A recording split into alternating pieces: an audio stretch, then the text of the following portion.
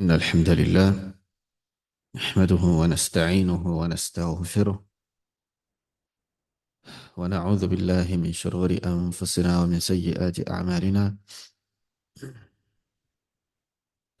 من يهده الله فلا مضل له ومن يضلل فلا هادي له، وأشهد أن لا إله إلا الله وحده لا شريك له وأشهد أن محمدا عبده ورسوله صلى الله عليه وعلى آله وسلم، وعلى أبويه الرسولين النبيين الكريمين إبراهيم وإسماعيل، وعلى كل النبيين والمرسلين وآل كل، وسلم تسليما كثيرا. أما بعد، فإن أصدق الحديث كتاب الله، وأحسن الهدي هدي محمد صلى الله عليه وعلى آله وسلم، وشر الأمور محدثاتها، وكل محدثة بدعة، وكل بدعة ضلالة، وكل ضلالة في النار. أما بعد إليني الدرس السادس. إذا لك فلتن ترى دروس اللغة العربية لغير الناطقين بها.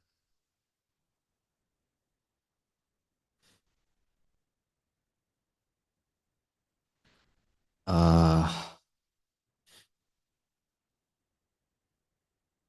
الدرس السادس. إذا لك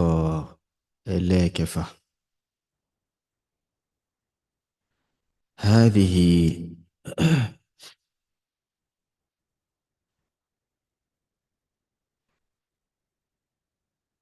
هذه هوني تعفيق الندن لك. هذه هذه هوني فمنين. هذا أتك هذا سواج تشبهني this لكني this إلي. so ìdàkejì rẹ̀ feminine yẹn abo rẹ̀ òun wá ní kíni, òun ní hadhihi, eléyìí lóbìnrin, tó túmọ̀ sí pé tá a bá fẹ́ tọ́ka sí feminine, sí nǹkan tó jẹ́ abo, hadhihi iná ni a lò. hadhihi iná ni a lò, kì í ṣe hadha.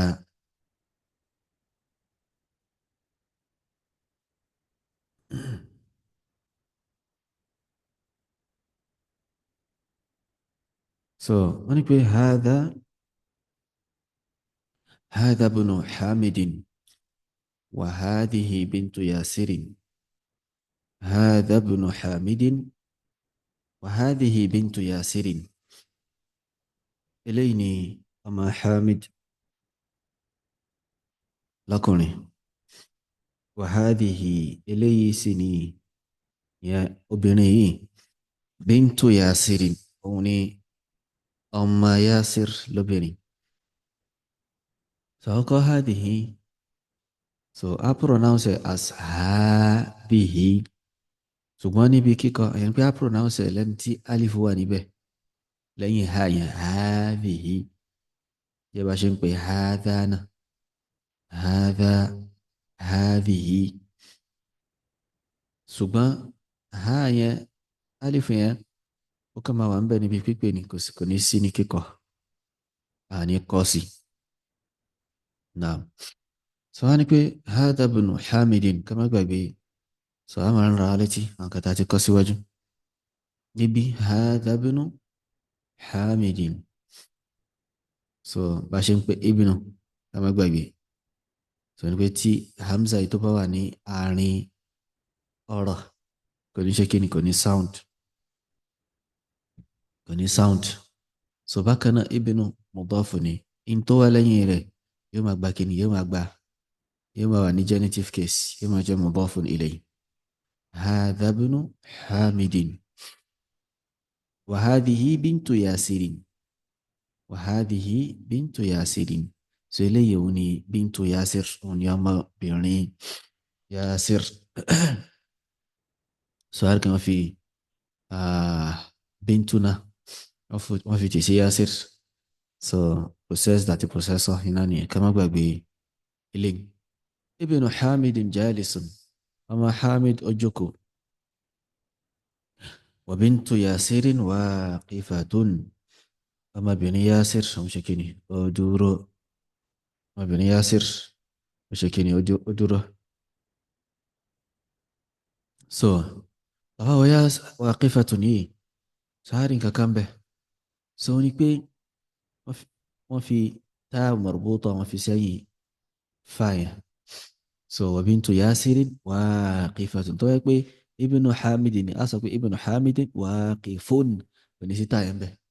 tó ń túmọ̀ sí pé àwọn nouns àti adjectives eléyìí tó bá jẹ́ orúkọ àti ìròyìn a máa sọ wọ́n di feminine pẹ̀lú ká fi táà roboto yìí ká fi sẹ́yìn wọn.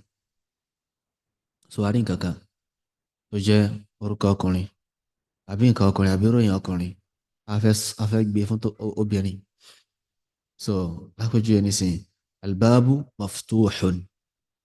so adjective maftuhun yìí maftuhun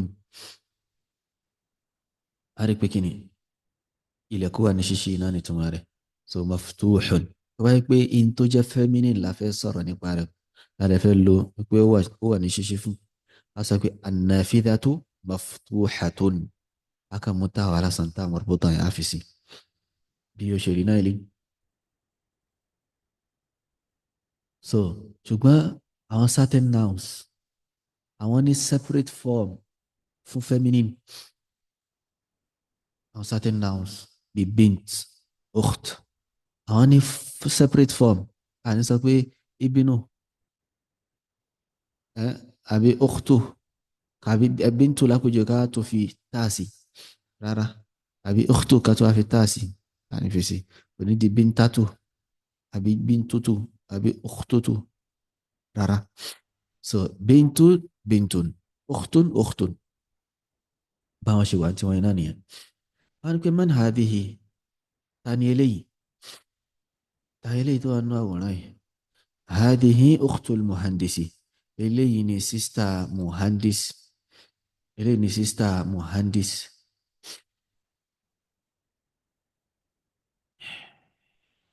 ahiya aidan muhandisatun ǹjẹ́ muhandisa lòun náà àrí muhandisun náà sọ àmàmà ń bí pé hadhihi ukhtul muhandis eléyìí ni sista muhandis àmọ́ kí muhandis yẹn ọkùnrin ni muhandis yẹn látara pé kìíní kò sí táà níbẹ̀ ká nípa obìnrin ni tí wọ́n sọ ní pé hadhihi ukhtu al-muhandisati. so nísìnyí wọ́n fẹ́ béèrè ṣé engineer lòun náà ahiya aidan muhandisatun ǹjẹ́ engineer lòun náà wọ́n sọ pé ahiya aidan muhandisun torí pé obìnrin náà fẹ́ béèrè nípa rẹ̀ kì í ṣọkùnrin. so táàyè wọ́n gbọ́dọ̀ ṣe kí n lọ gbọ́dọ̀ fi sí ahiya aidan muhandisatun ǹjẹ́ engineer lòun náà wọ́n ní rárá o hiya tabibatun hiya tabibatun dókítà ni òun tiẹ̀ dókítà ni. a ní pé sayyaratu man hadhihi sayyaratu man hadhihi mọ́tò ta ni eléyìí mọ́tò ta ni eléyìí. يعني هذه سيارة المدير mọ́tò مدير náà ilé mọ́tò olùdarí ilé ẹ̀kọ́ yìí náà ni mọ́tò olùdarí lélẹ̀. ما هذه kí ni eléyìí هذه مكواة هذه مكواة iron ni eléyìí iron iná ni eléyìí.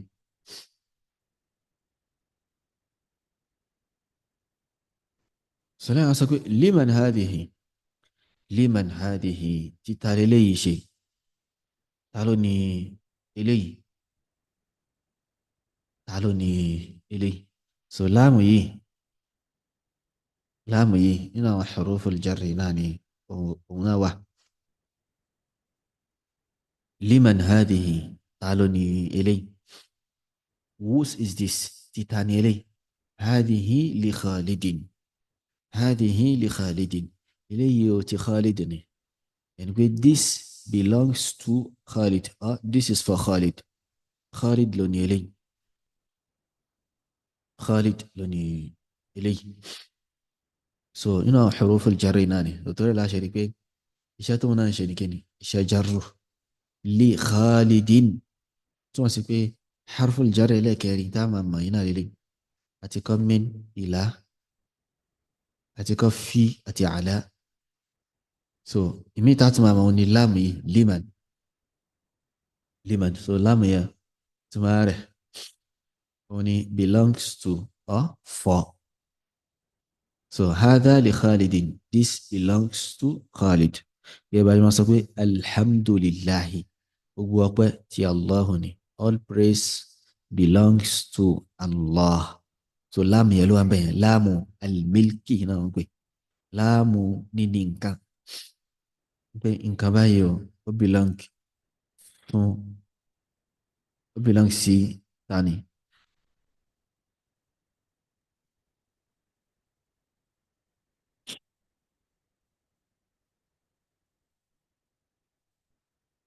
wọ́n ní pé adarajatu anasin hadhihi adarajatu anasin hadhihi ǹjẹ́ kẹ̀kẹ́ anasi lélẹ́yìí ǹjẹ́ kẹ̀kẹ́ anasi lélẹ́yìí ó dáhùn pé láà rárá o hadhihi darajatu ammarin tamari mudaf àti mudaf ilayhi bẹ́ẹ̀ adarajatu anasi ṣé kẹ̀kẹ́ anasi lélẹ́yìí wọ́n fi kẹ̀kẹ́ ẹ̀ ti sí anasi so yóò máa jẹ́ mudaf àti mudaf ilayhi ohun ti pé hamzatul istifham wọlé síbẹ̀ àti ma hamzatul istifham tẹ́lẹ̀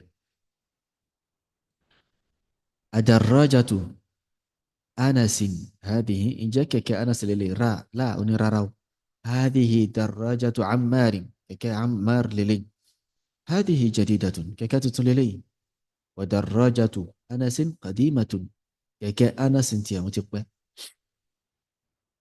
kẹ̀kẹ́ anas àwọn ti old ti gbó sorry darajatun qadimatun ká ní pé nǹkan tó jẹ́ mudhakkar ni qadimun ní náà ni wọ́n sọ wọ́n darajatun àríta marbutan bẹ́ẹ̀ مؤنث feminine so قديمة هنا جاء كلمة هنا جاء feminine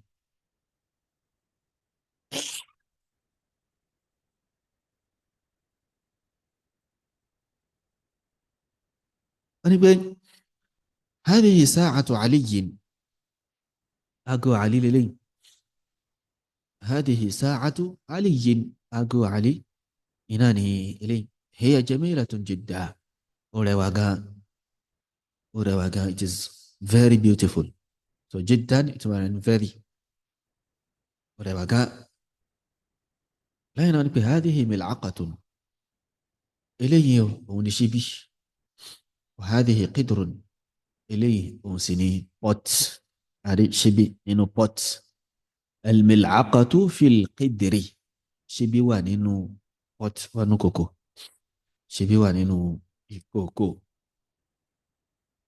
هذه بقرة مالو يلي هذه بقرة الفلاح مالو أكبه ينال لي هذه بقرة الفلاح مالو أكبه ينال لي هذا أنف يمول لي وهذا فم ينول لي هذا أنف يمني إلي وهذا فم ينني إلي هذه أذن هذه أذن اتني إلي وهذه عين أجني إلي هاو بتاري نسأل ونسأل هذه يد هو إلي وهذه رجل ẹsẹ̀ إلي a rí pé nígbà tí wọ́n fẹ́ sọ̀rọ̀ nípa imú àti ẹnu wọ́n sọ pé هذا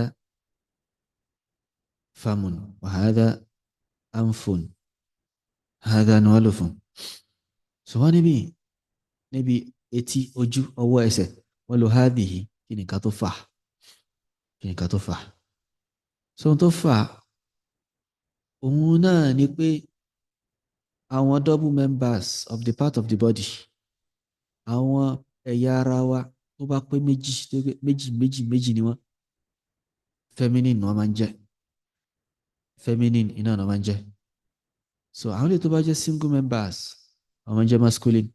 A rí i pé imú ọyọ̀kan la ní, ẹnu ọyọ̀kan la ní, torí ẹ̀ masculine ni wọ́n, hadha ni wọ́n lò fún wọn. So opposite side náà a rí i pé etí méjìlá ní, ojú méjìlá ní, wọ́n ṣe lo hadhihi fún wọn. Bákan náà ọwọ́ méjìlá ní, ọ̀yọ̀kan náà yà yìí. Bákan náà ẹsẹ̀ méjìlá ní. So torí ẹ̀ wọ́n ṣe kí ni ó ṣe jẹ́ hadhihi, torí ẹ̀ náà ṣe jẹ́ hadhihi.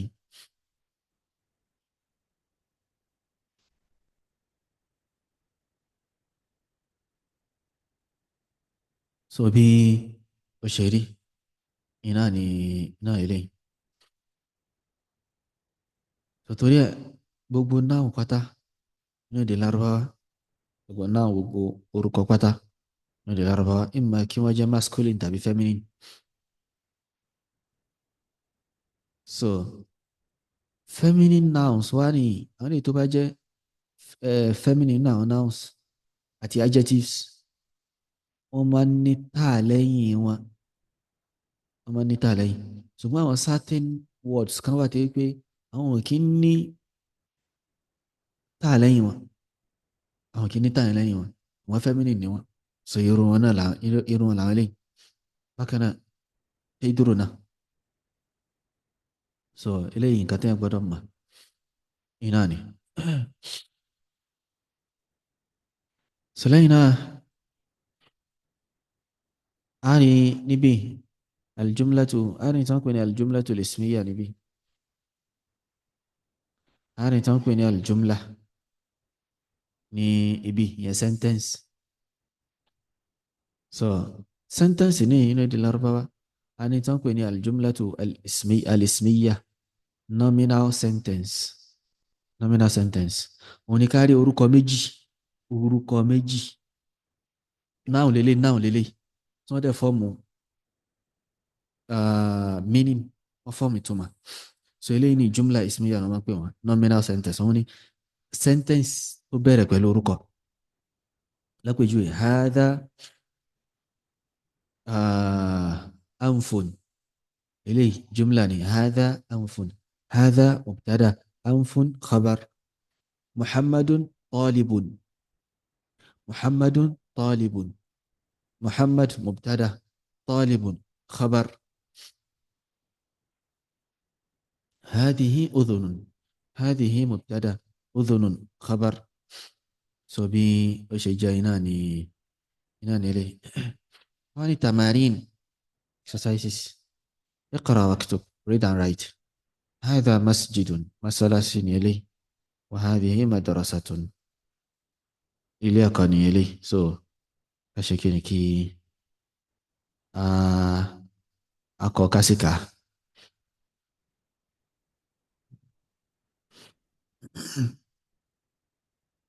تمارين لكج يعني ما هذا وما هذه كل ليل تاكو كل ليل لابو.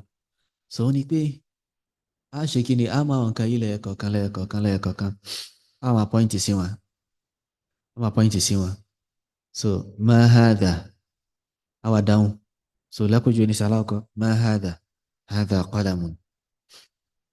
So aláwọ̀kọ̀ yìí tí mo fi ń kásákò yìí tó jẹ́ picture aláwọ̀kọ̀ a rí pé òun ni kí ni òun ni pen. So a sọ pé ma hadha kí lélẹ́yìn, hadha qalamun. ẹlẹ́ẹ̀kejì a rí pé mil'aqah lòun, spoon. So mil'aqah ni mu'annathu ni, feminine ni.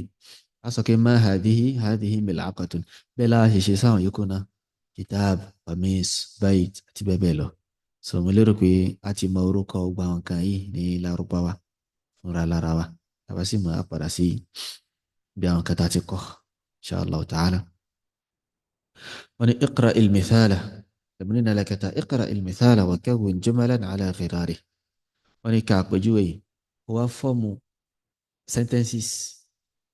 So tí ó ṣe kí ni tí ó jẹ́ irú ẹ̀, fọ́ọ̀mù àwọn sentences tó jẹ́ irú kan náà pẹ̀lú ẹ̀.